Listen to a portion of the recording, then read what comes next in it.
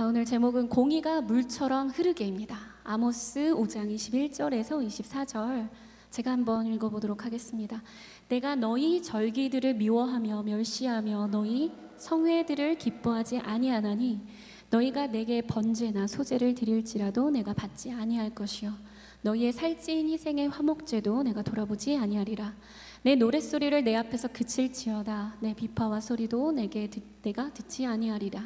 오직 정의를 물같이 공의를 마르지 않는 강같이 흐르게 할지어다. 아멘. 24절 9절은 많이 익숙하게 들으신 구절일 겁니다. 정의를 물같이 공의를 마르지 않는 강같이. 이 아모스 시대는요, 어떻게 보면 지금의 우리의 시대랑 비슷하다고 볼 수 있습니다. 남유다에는 이제 우시야 왕이 다스렸고요. 북이스라엘은 여로보암 2세가 이제 통치하던 시기인데, 솔로몬 그 통일왕국 시대 이후 가장 번영했던 시대라고 합니다. 정치적으로도 그리고 경제적으로도. 저희는 정치적으로는 모르겠지만 경제적으로는 굉장히 이 나라가 지금 번영해 있죠. 근데 이런 정치적, 경제적 번영은 전례가 없을 만큼 도덕적 부패, 종교적 부패를 만연하게 했습니다. 정의가 실종되고 사회 전반에 걸친 상류층, 지도자층, 종교계층 모든 부패가 만연했던 그 시대에 아모스 선지자를 통해서 하나님께서 이렇게 말씀하셨습니다. 오직 정의를 물같이 공의를 마르지 않는 강같이 흐르게 해라. 공의를 물처럼, 정의를 물처럼, 공의를 마르지 않는 강처럼 흐르게 한다는 게 어떤 걸까요? 어떻게 하는 걸까? 단순하게 말씀드려서요, 당연한 걸 당연하게 해라 예요. 당연한 걸 당연하게. 제가 이제 한국교회가 많은 스피커들이 한국교회 이제 많이 얘기를 하는데, 한국교회가 지금 이제 굉장히 많이 무너졌다라고 다들 얘기를 하잖아요. 이제 껍데기뿐이고 다음 세대나 청년 세대가 굉장히 많이 줄었고, 그런 모든 이렇게 경제가 발전하고 교회의 어떤 건물의 크기는 커졌지만 왜 한국교회가 내적으로 무너졌다라고 하고 있는가에 대해서 저는 이 사역을 하면서 되게 많이 느꼈던 것이 당연한 걸 가르치지 않았기 때문이다 라고 생각합니다. 당연한 걸 너무 당연해서 가르치지 않는 거예요. 저는 이제 태아 생명 존중, 낙태를 예방하는 그런 이제 운동을 하는 사람이기 때문에 이 낙태라는 주제에 있어서도 어느 사람들은 당연히 아니지 해서 가르치지 않는 거예요. 그런데 세상은 해도 돼. 교회에는 전혀 말을 하지 않는데 세상은 해도 돼, 괜찮아, 어쩔 수 없는 거잖아 이렇게 이야기를 하는 얘기가 너무 많이 들리니까 이게 이제 용량이 더 많이 차겠죠. 그러면 괜찮은 거다라고 생각을 하게 된다는 거예요. 그래서 제가 많은 목회자들을 만났지만 많은 목회자분들의 대부분이 그 당연한 거를 뭘 얘기해, 낙태는 안 되지 당연히, 이런 분들과 또 반대적으로 어쩔 수 없는 낙태라는 게 있는데 그걸 왜 반대해? 이렇게 목회자조차도, 크리스찬조차도 이렇게 나뉘어져 있어요. 저는 굉장히 되게 신기했죠. 어떻게 하나님을 믿는데 이럴 수가 있을까? 제가 아는 분도 뭐라고 얘기했냐면, 산부인과 이제 의사인 거예요. 누구 지인이. 근데 이 태아 생명에 관련된 이제 기도를 내가 함께 동참하고 있고 이렇게 한다. 저희 이제 함께 저희 단체에서 기도해 주시는 중보자 권사님인데, 아는 분에게 그렇게 얘기를 한 거예요. 산부인과 무슨 집사님인데, 근데 굉장히 믿음이 좋은 분들이셨대요. 부부가 믿음이 너무 좋은 분들이라서 너무 아무렇지, 이분한테는 낙태가 아닌 게 너무 당연했던 거예요. 그래서 내가 요즘 이런 사역을 하는데 이게 너무 심각하고 뭐 기도가 되게 많이 필요하더라 그랬더니 그게 왜 잘못됐냐는 거예요. 근데 이분이 너무 깜짝 놀랐어요. 이 권사님이 너무 신실한 믿음, 정말 헌신적인 믿음을 갖고 신앙생활하고 봉사를 하는데 낙태에 있어서는 선을 딱 긋더라는 거예요. 그리고 연락이 이제 안 온다 이렇게 얘기를 하더라고요. 믿음이 좋은데, 믿음이 좋은 게 뭘까요? 믿음이 좋은데 이번 50시간 집회의 제목이 레디컬이죠. 레디컬의 사전적 의미를 좀 잠시 찾아보니까 첫 번째로 뭐가 나오냐면 근본적인 그리고 철저한이 나옵니다. 근본, 어떻게 보면 본질적인 거라고 할 수 있겠죠. 철저한, 본질적인, 온전한 본질성을 얘기하겠죠. 두 번째는 급진적인, 과격한. 좀 제가 이 단어의 의미를 보면서 제가 나름대로 그냥 해석한 것은, 근본적인 것을 철저히 지키기 위해서는 급진적인 과격함이 필요하다라고 생각을 하게 됐습니다. 당연한 것은 당연한 것인데, 당연한 것을 지키기 위해서 급진적인 과격함이 필요한 시대에 우리가 지금 살고 있어요. 당연한 것을 지키기 위해서, 외국에 어떤 사람이 이렇게 얘기했다고 하죠. 1 더하기 1이 2라는 걸 증명하기 위해서 피를 흘릴 것이다. 어떤 유명한 사람인지 기억 안 나요. 네. 당연한 것을 지키기 위해서 피를 흘리게 될 것이다. 왜? 당연한 것을 당연해서 가르치지 않았기 때문에.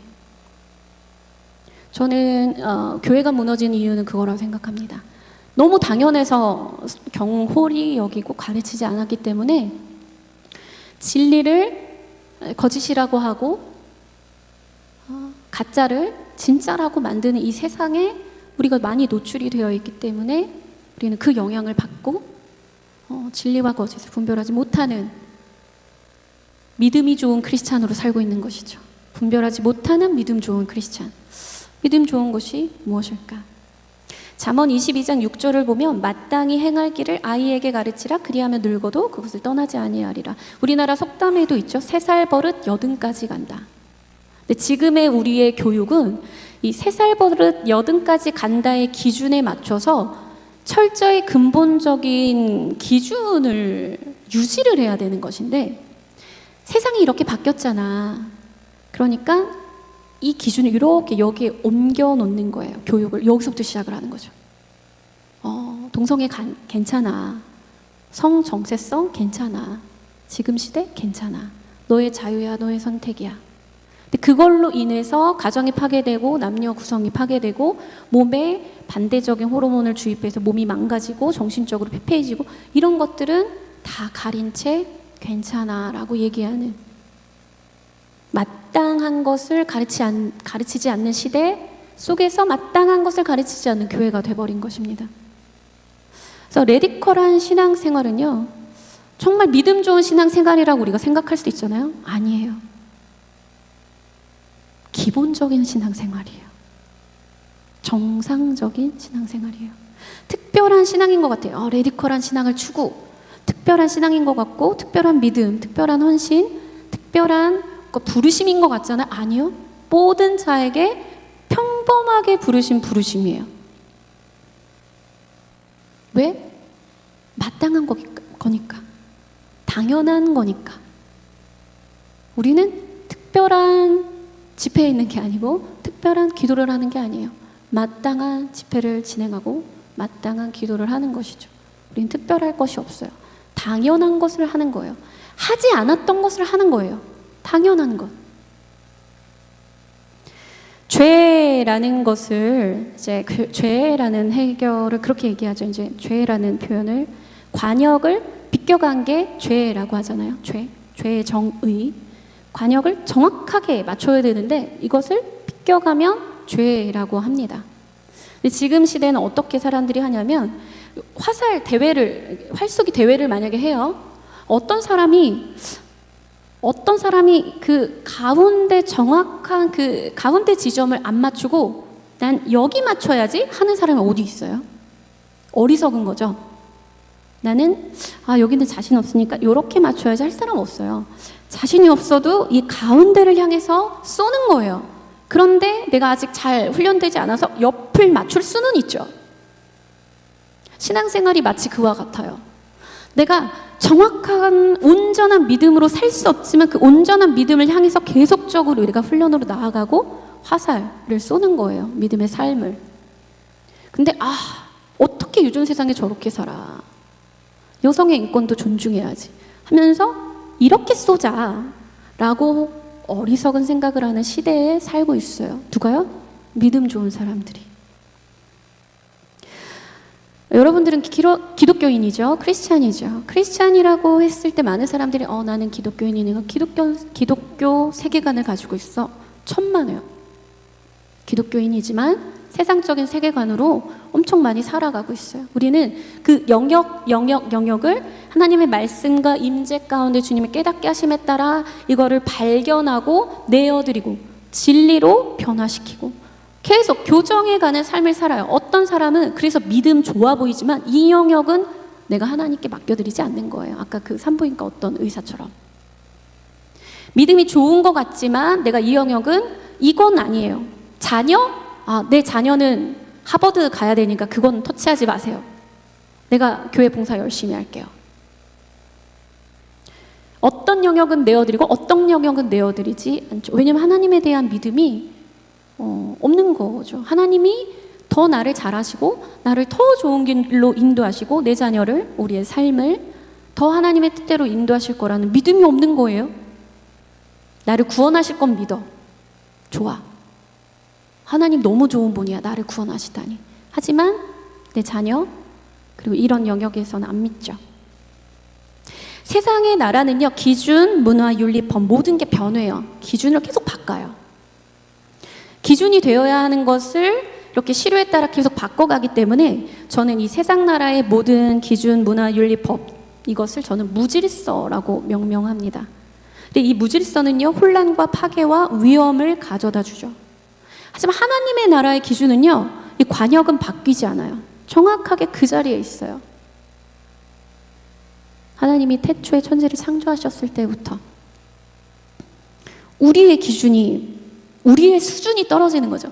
하나님의 기준은 늘 정확해요. 근데 우리의 수준이 떨어지니까 자꾸 이 기준을 끌어내리죠. 누구조차? 믿음 좋은 사람조차.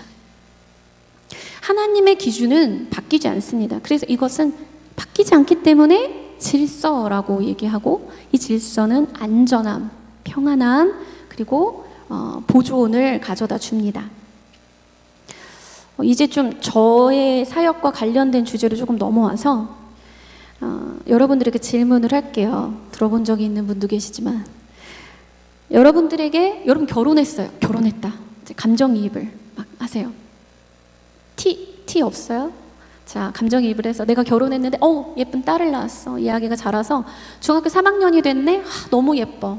눈에 넣어도 아파하지 않는 예쁜 중학생 딸. 이 아이가 어느 날 강간으로 임신을 당했어요. 여러분들은 부모예요. 어떻게 하시겠습니까? 이런 상황이 닥쳤을 때, 이런 상황이 발생하면 안 되지만 요즘 세상은 80 먹은 할머니도 강간당하는 세상입니다. 이럴 때 여러분, 이 임신한 아이 어떻게 하시겠습니까?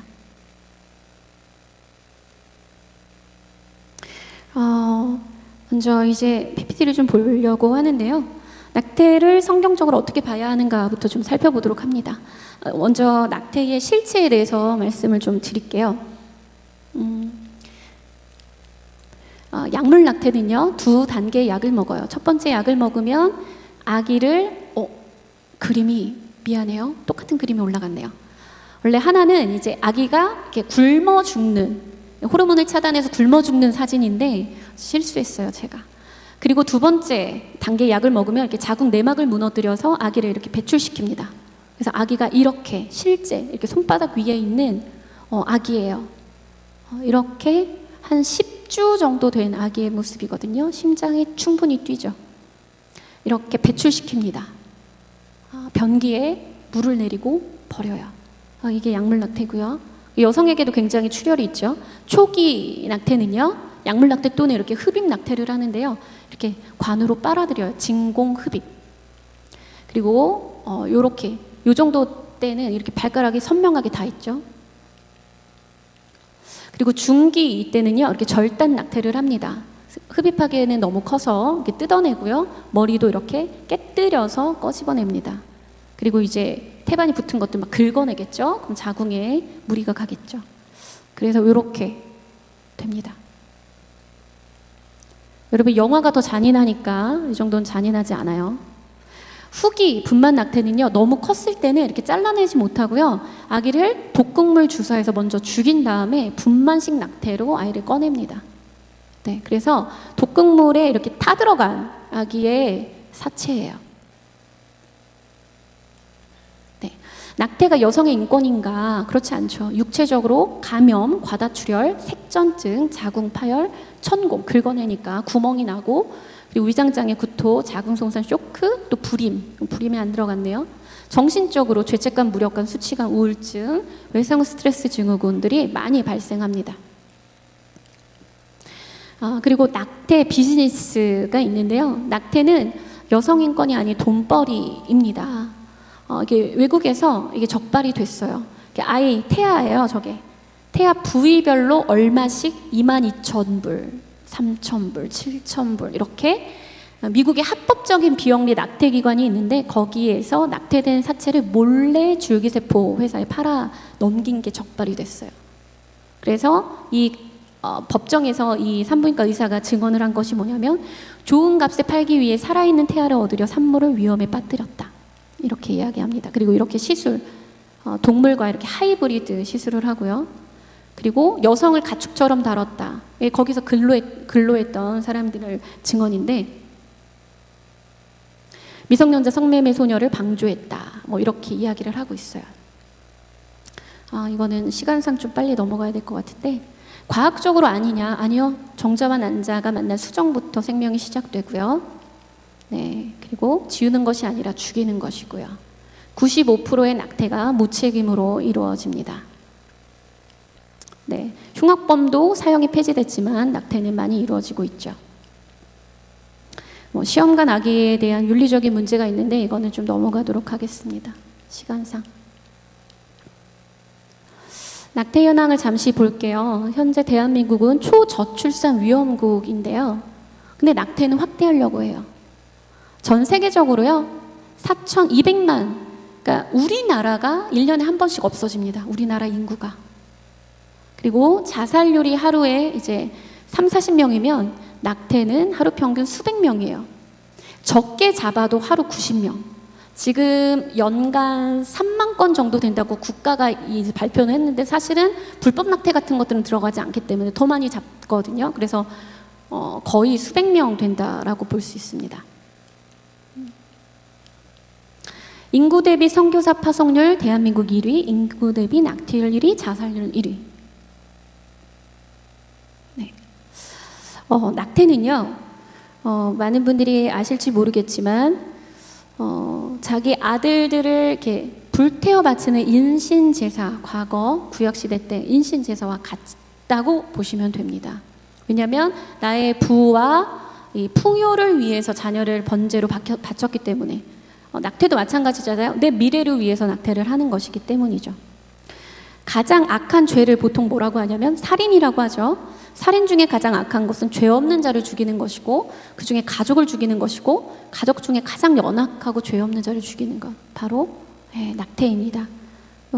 영아 살해가 요즘 많이 발생을 했죠. 발생한 게 아니라 많이 드러난 겁니다. 발생은 이전부터 많이 했어요. 드러나지 않았을 뿐이죠. 여러분들은 어떤 선택을 할 것인가? 나의 소중한 아이가 중학교 3학년 딸이 강간당해 임신을 했다면 어떻게 할 것인가? 네. 영상 혹시 보여주실 수 있나요? 영상 하나 보도록 하겠습니다. 시간이 없지만 좋은 영상이에요. 소리, 자막을 읽어주세요. My father being 21. They was hurt. It was all devastated. But my mother said, you know, you're pregnant, so we're going to get through this. And she helped me get through it. I don't want to use the word choice. She was going to be born. I didn't have a choice to say, you're going to live, I'm going to abort you. That wasn't a choice for me. And I thank God it wasn't a choice for me. Before the foundation of the world, God saw me and He decided, even among Christians, even among staunch conservatives, an exception to the rule of being pro-life for many is in the case of rape. And yet my life has value. from me has come two very beautiful and charming and smart kids, married to a wonderful husband. We've made a life for ourselves, and none of this would have happened if the exception to the rule had applied. Regardless of how old you are and how the child was conceived, that child deserves a chance. Hardest struggle for my mother, the hardest thing for her to overcome, I think, is just the effects of the trauma itself. And that is why I think it's so important to help people understand that the trauma has already been inflicted. The child should not be inflicted with the consequences that squarely belongs on the one who inflicted the trauma. You have to be able to see the difference. Aborting me would not have eased the trauma that my mother suffered. Aborting me would not have allowed me to be in a place today where I can now take care of my mother. I'm not left with bitterness. I'm left with overwhelming sense of gratitude that not only did God see value in my life, but that my family saw value in my life. I'm very grateful for that. Even to this day, it's a very hard word to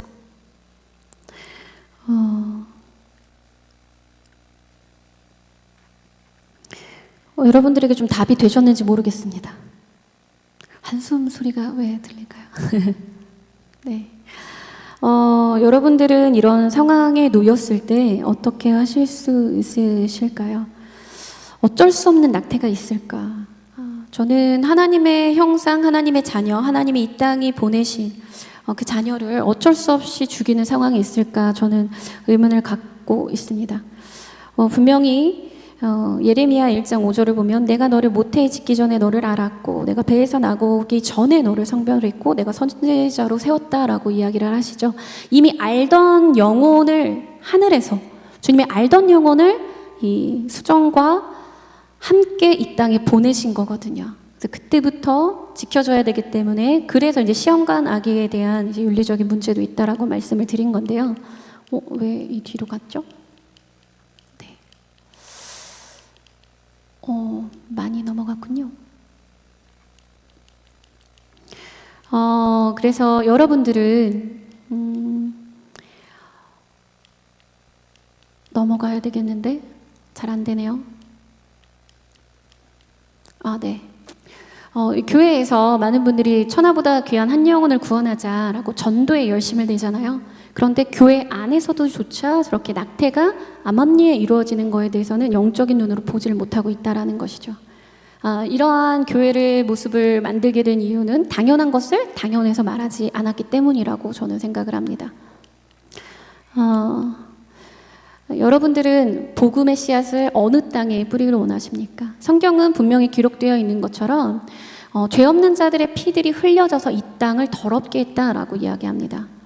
여러분들은 이제 물론 대한민국 건국에 대해서 좀 아름다운 스토리도 여러 가지 있고 그런 것들이 있지만 이 대한민국이 경제적으로 굉장한 빠른 성장을 하기 위해서는 이제 아비 세대들의 땀 흘려진 것도 있지만요. 산하 제한 정책으로 인해서 수많은 낙태로 인한 죄 없는 자들의 피가 너무나 많이 흘려졌다라는 사실도 기억해야 합니다.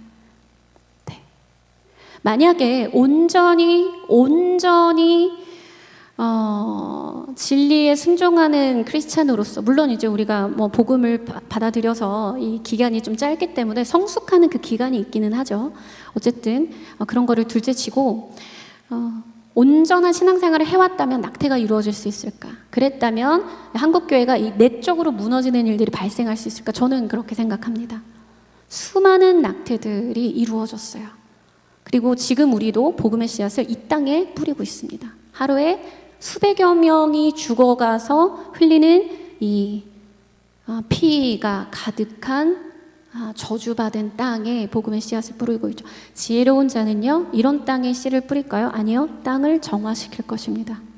회개하고 더는 죄 없는 자들의 피가 흘려지지 않도록 나설 것입니다. 그래서 이 사역은 특별한 사람들의 사역이 아닌 우리 모두가 동참해야 되고 마땅한 것을 행해야 되는 그런 사역입니다. 우리가 하는 모든 것이 이 땅 위에서 이루어져야 되기 때문이죠. 네. 그래서 저는 이제 강간 임신에 대해서 하나님께 우리가 기도했을 때 하나님께서 우리에게 이렇게 말씀하신다 생각합니다. 두려워하지 말라 내가 너와 함께함이라. 놀라지 말라 나는 내 하나님이 됨이라. 내가 너를 굳세게 하리라. 참으로 너를 도와주리라.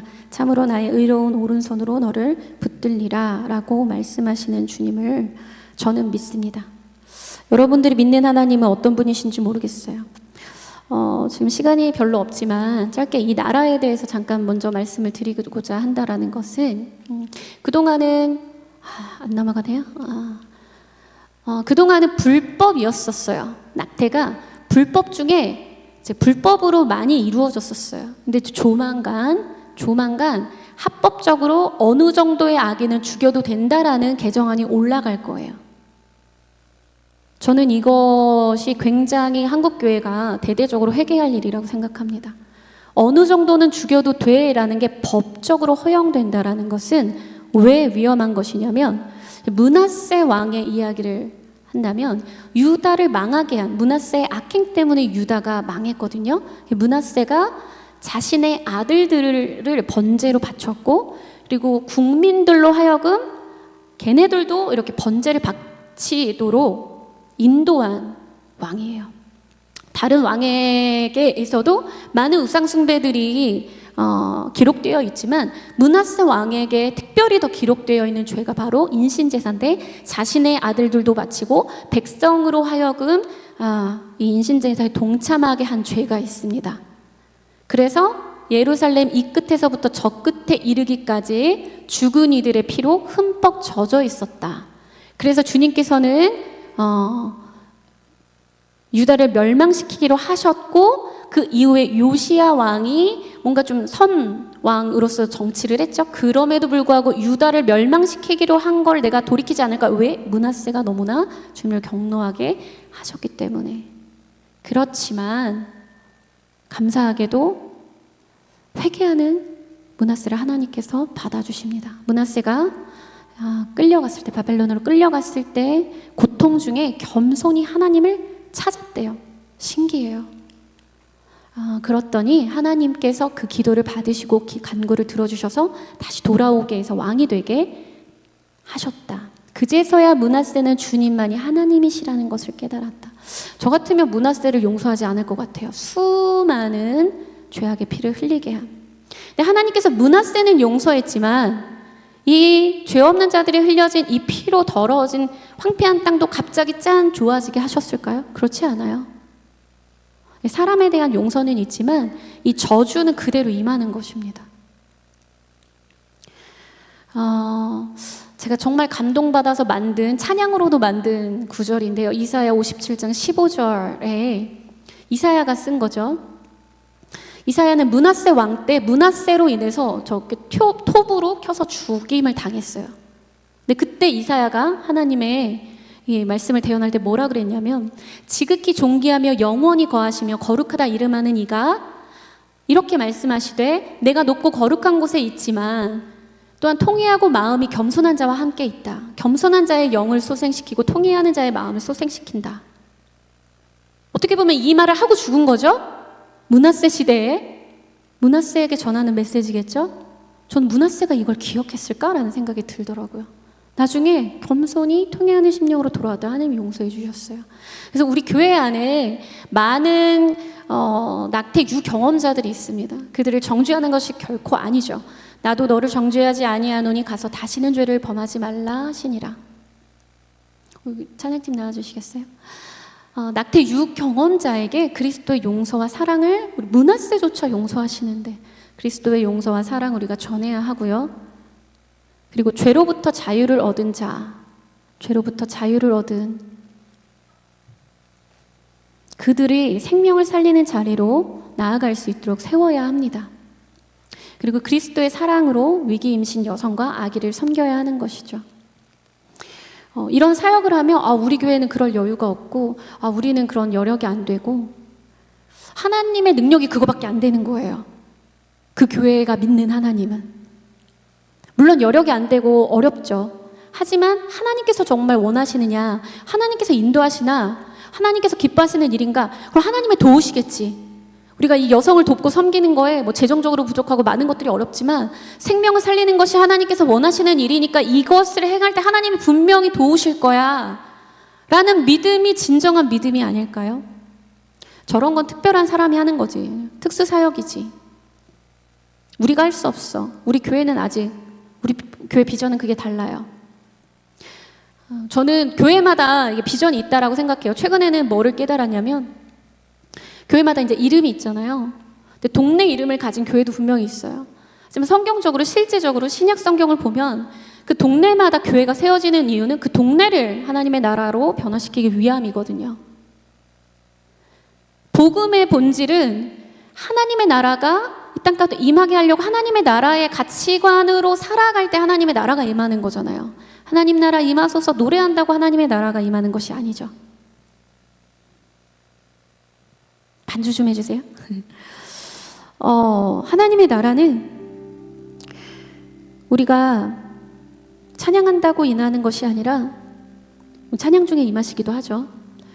우리가 삶으로 하나님의 나라 가치관을 살아낼 때, 그 나라의 법대로 지킬 때 하나님의 나라가 임하는 것입니다. 우리가 말로만 믿음이 좋은 사람이 아니라 뭔가 특별한 믿음으로 나아가기 위해서 레디컬을 외치는 것이 아니라 당연한 것을 당연하게 만드는 삶의 자리로 나아가기를 원합니다. 특별히 지극히 작은 자 중에서 작은 자, 태아를 섬기는 사역. 지극히 작은 자에게 한 것이 내게 한 것이다. 가장 작은 태아를 위한 사역에 부르심이 있는 자들 있으면 너무 좋겠습니다.